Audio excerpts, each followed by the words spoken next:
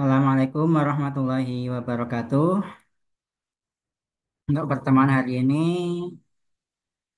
materinya adalah tentang penggajian pegawai. Nah, di dalam Akurit, untuk bisa input penggajian pegawai, maka inputnya ada di menu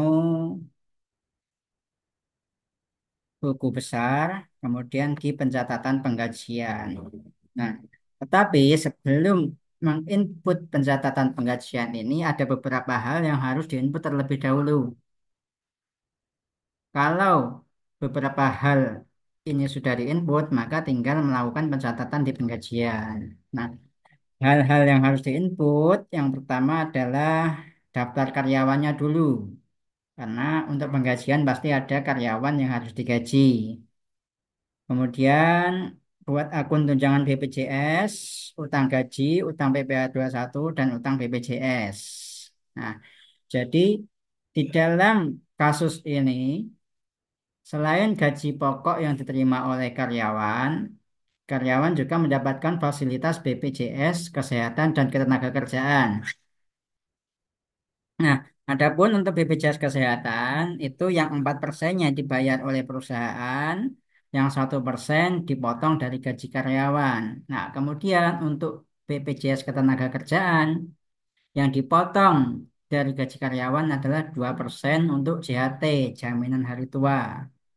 Kemudian JKK, JKM, JKK itu Jaminan Kecelakaan Kerja, JKM itu Jaminan Kematian, dan JHT 3,7% ini dibayar oleh perusahaan.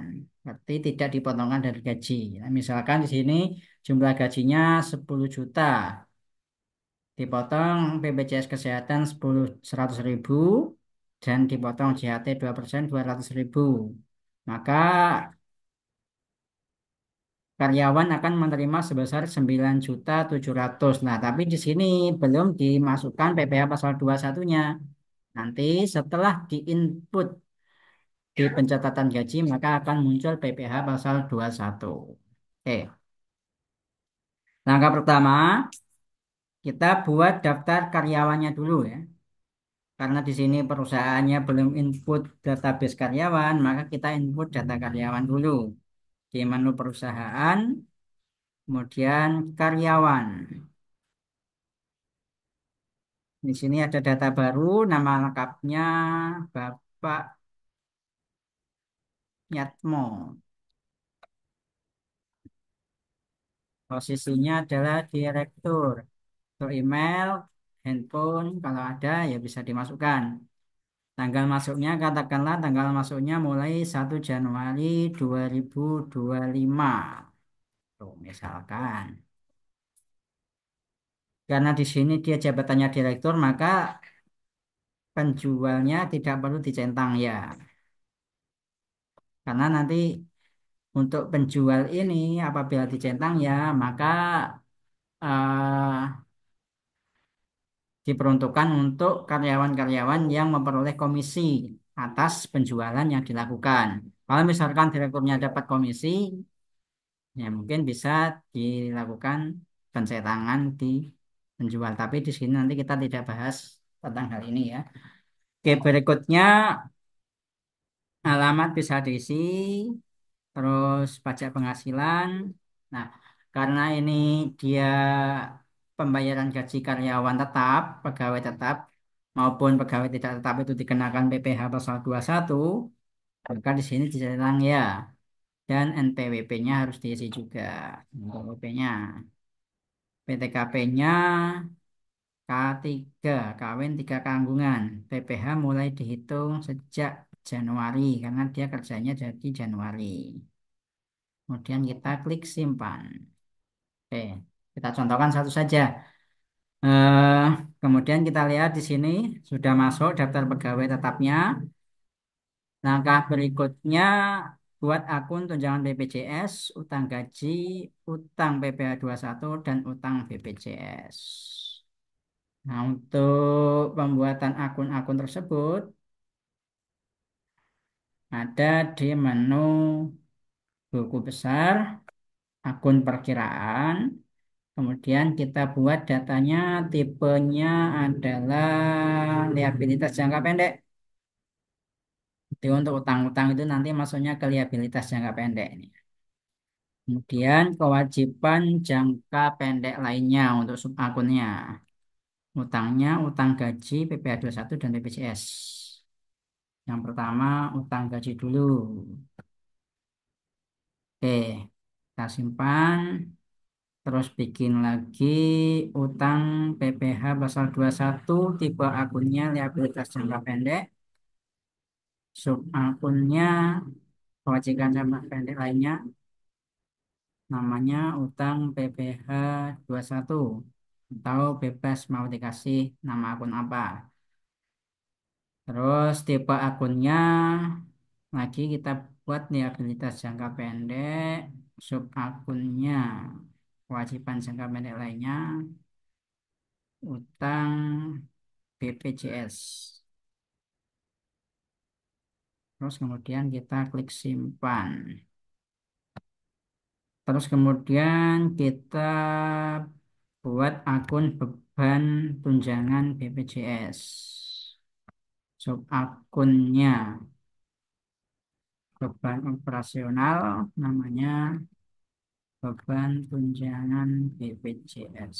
Nah, untuk nama-nama akun dan tip dan sub akun itu sesuai dengan kebijakan perusahaan masing-masing. Kalau misalkan ada perusahaan yang menggunakan nama akun yang berbeda. Kemudian kita klik simpan. Kita cek dulu apakah sudah ada.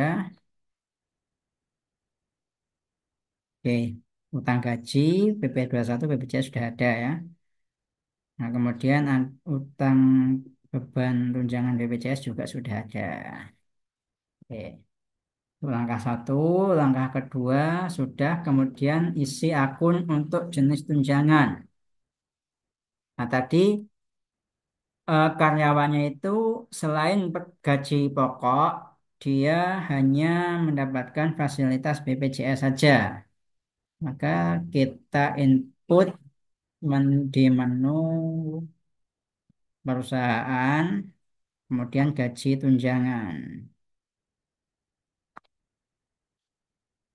Nah, berikutnya di sini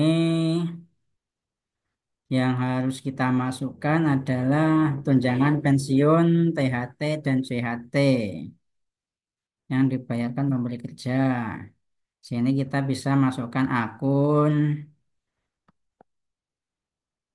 BPJS, beban tunjangan BPJS. Atau kalau misalkan THT dan CHT-nya ini mau dimasukkan beban lain, misalkan beban iuran CHT juga bisa. Kemudian kita klik simpan. Terus tunjangan program CKK kita juga masukkan beban tunjangan BPJS. Terus program JKM kita masukkan juga akunnya BPJS. Akun beban tunjangan BPJS. Berikutnya ada iuran pensiun, THT atau JHT. Nah, di sini kita tidak perlu memasukkan akun ya, berarti. Berikutnya lagi, potongan premi kesehatan. Ini juga tidak ada akun yang harus diisi. Jadi yang perlu diisi akunnya tadi adalah terkait tunjangan yang diberikan, yaitu BPJS, Kesehatan, dan Tenaga Kerjaan. Nah, dan ini tunjangan premi kesehatan, kita input juga, karena di sini adalah termasuknya di BPJS Kesehatan. Akunnya adalah beban tunjangan BPJS. Kemudian kita klik simpan. Untuk Daftar karyawan sudah, akun tunjangan sudah, akun jenis tunjangan sudah. Berikutnya kita buat pencatatan gaji. Pencatatan gaji tadi di menu buku besar, kemudian pencatatan gaji. Katakanlah dia mau bayar gaji bulan Juni. Maka kita pilih pegawainya, misalkan di sini adalah Yatmo. Nah, di sini utang beban harus diisi dulu, ya. Utang beban harus diisi dulu, yaitu di di info lainnya ini, di tab yang bawahnya. Utang bebannya di sini untuk gaji, maka dikasih akun utang beban utang gaji. Nah, kita lanjutkan. Yatmo. Yatmo di sini tunjangan pensiun yang dibayarkan perusahaan adalah 370. Gaji pokoknya 10 juta.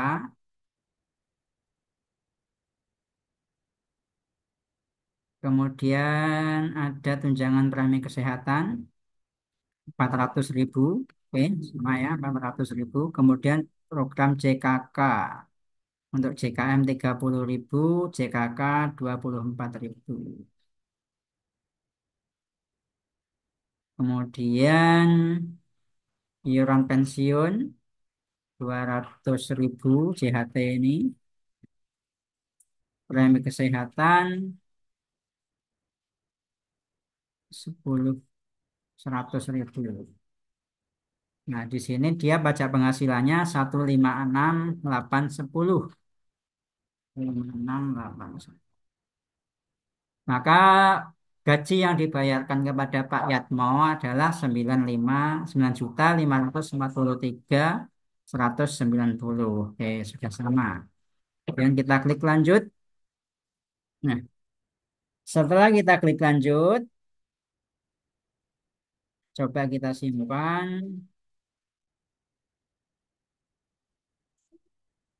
Nah, di sini ada notifikasi akun utang PPh harus diisi.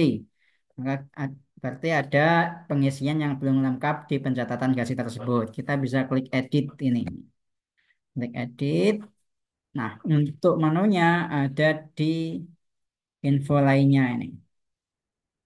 Nah, untuk akun utang PPh-nya ini juga perlu diisi. Utang PPh, utang PPh 21. Nih. Kemudian utang premi pensiun, utang BPJS. Kita scroll ke bawah lagi, utang premi kesehatan juga utang BPJS. Nah, kemudian baru kita simpan.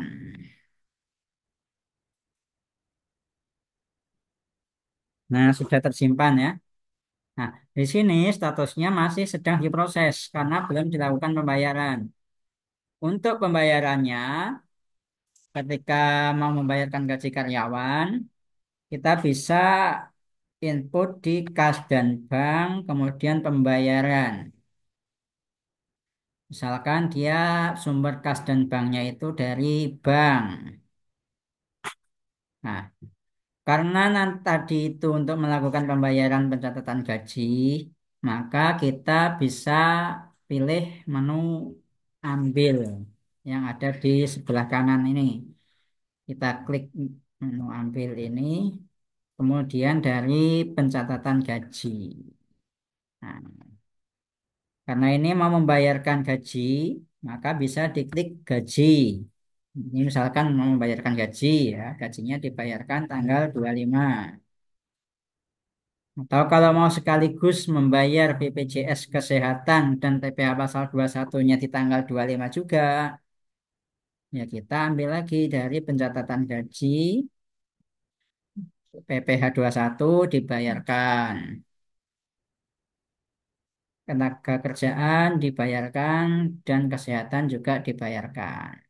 Kemudian kita klik lanjut.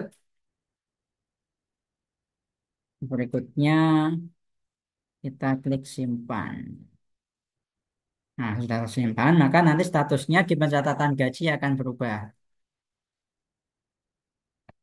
Kita perbarui statusnya jadi terbayar. Oke, demikian untuk yang lainnya. Yatmo, Yanti, Yanto, Yarsi, Yudi, dan Yuda ini silakan dimasukkan ke Akurit. Kemudian setelah dimasukkan pencatatan gaji semuanya, baru dibayarkan di bagian terakhirnya. Oke, demikian. Assalamualaikum warahmatullahi wabarakatuh.